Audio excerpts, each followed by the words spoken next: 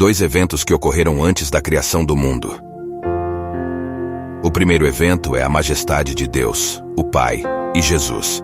Jesus explicou quem ele era antes da criação do mundo e compartilhou mistérios sobre o que aconteceu antes da criação. A oração de Jesus em João 17 é um dos capítulos mais magníficos da Bíblia, onde ele fala sobre a glória que compartilhava com Deus, o Pai, antes da existência do mundo. Em João capítulo 17, versículos 1 ao 5, na Bíblia Sagrada, Jesus disse: Pai, chegou a hora.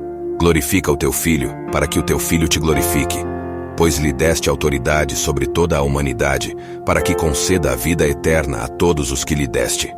Esta é a vida eterna, que te conheçam, o único Deus verdadeiro, e a Jesus Cristo, a quem enviaste.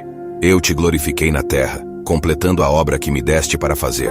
E agora, Pai, glorifica-me junto a ti, com a glória que eu tinha contigo antes que o mundo existisse. Antes da criação da terra, havia Deus e a majestade de seu Filho.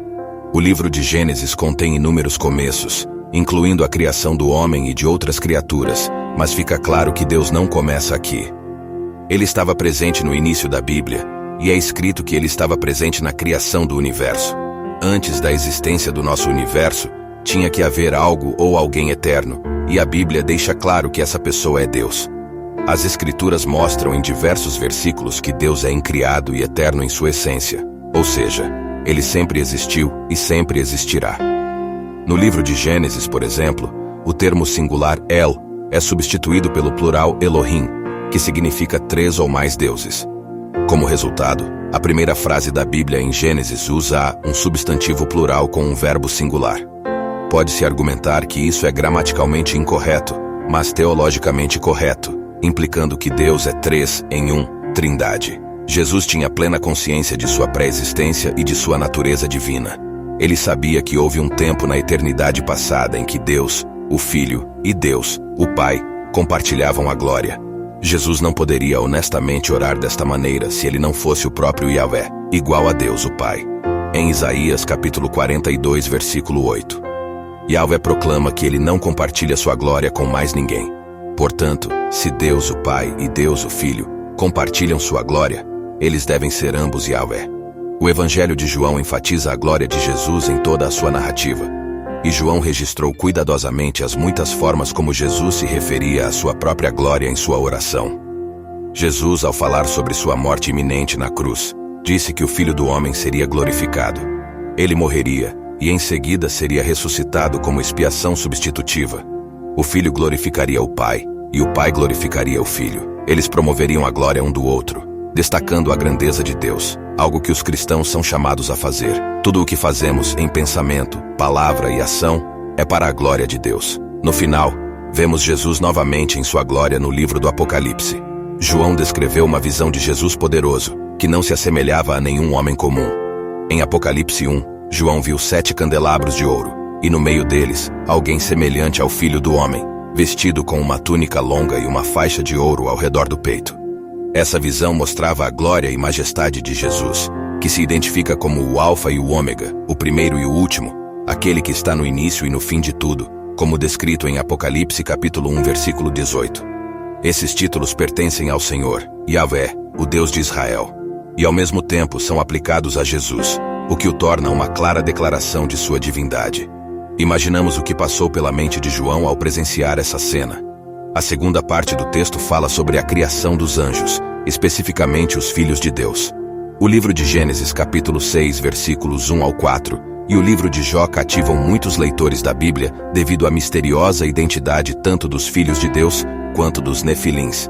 Na história de Jó encontramos um homem rico chamado Jó, que vivia em uma região chamada Uz, com sua extensa família e vastos rebanhos. Ele era íntegro e justo, sempre esforçando-se para viver uma vida moral. Ele tinha uma relação disciplinada com Deus. Jó perde tudo o que tinha, e o sofrimento é demais para ele, tornando-o amargo, ansioso e assustado. Jó deseja encontrar-se com Deus e protestar. Eventualmente, Deus intervém. Jó pede 36 vezes para Deus falar com ele, e agora ele teve seu desejo atendido. Deus pergunta a Jó: onde estavas tu quando eu lançava os fundamentos da terra? Faze-mo saber se tens inteligência. Quem lhe pôs as medidas, se é que o sabes, ou quem estendeu sobre ela o cordel? O objetivo dessa pergunta é claro. Jó não estava presente quando Deus criou os fundamentos da terra. Deus possuía imenso poder, sabedoria e força que superavam em muito as capacidades de Jó. Portanto, Jó não pode se comparar a Deus de forma alguma. Um comentarista da Bíblia observou que Jó ficou simplesmente sobrecarregado com mistérios e paradoxos para os quais não tinha respostas. Mas, no meio de tudo isso, ele veio a entender algo bom demais para ser contado, que Deus sabe o que está fazendo no universo. Essas perguntas também serviram para lembrar a Jó que havia muitas coisas que ele não sabia. Esta declaração também nos lembra que, de fato, Deus lançou os fundamentos da terra, como afirmado no relato do Gênesis. No livro de Gênesis 1 lemos: quando as estrelas da manhã juntas alegremente cantavam, e todos os filhos de Deus jubilavam. Revela-se que seres angelicais, referidos como estrelas da manhã e filhos de Deus, testemunharam a criação da terra e celebraram a glória, o poder e a sabedoria de Deus envolvidos no processo. Após a criação, há relatos de casamentos entre os filhos de Deus e as filhas dos homens, o que foi considerado ímpio durante um período de rápido crescimento populacional, principalmente devido às longas expectativas de vida no mundo pré-diluviano. A Bíblia diz: tomando elas mulheres para si mesmos, de todas as que escolheram. Mas quem eram os filhos de Deus?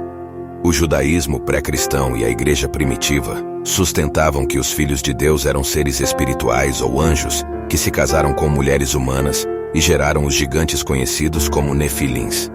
Existem 3 principais perspectivas sobre a identidade dos filhos de Deus. Eles eram anjos caídos, eles eram governantes humanos poderosos, eles eram descendentes piedosos de Sete, se casando com descendentes perversos de Caim.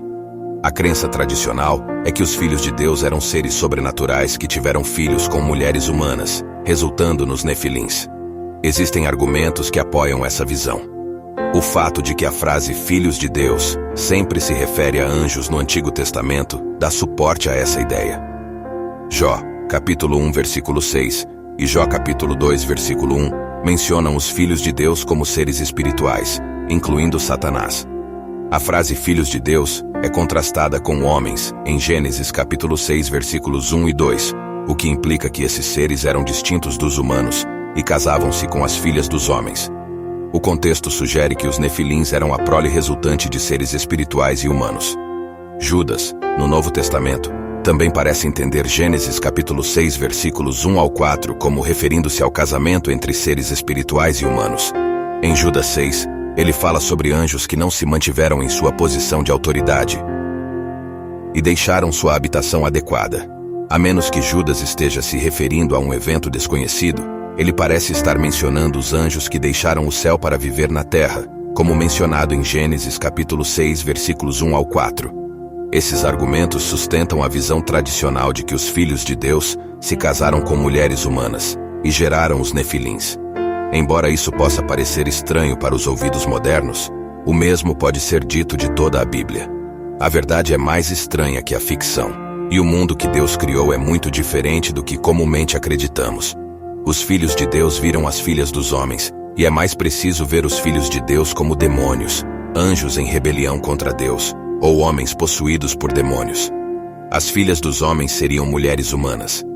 Judas 6 diz que os anjos que não guardaram o seu principado, mas deixaram a sua própria habitação, ele os tem reservado em prisões eternas na escuridão para o juízo do grande dia.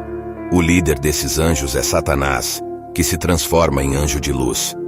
Ele planejou contra Deus, seu Criador, e ele e os anjos que o seguiram perderam a batalha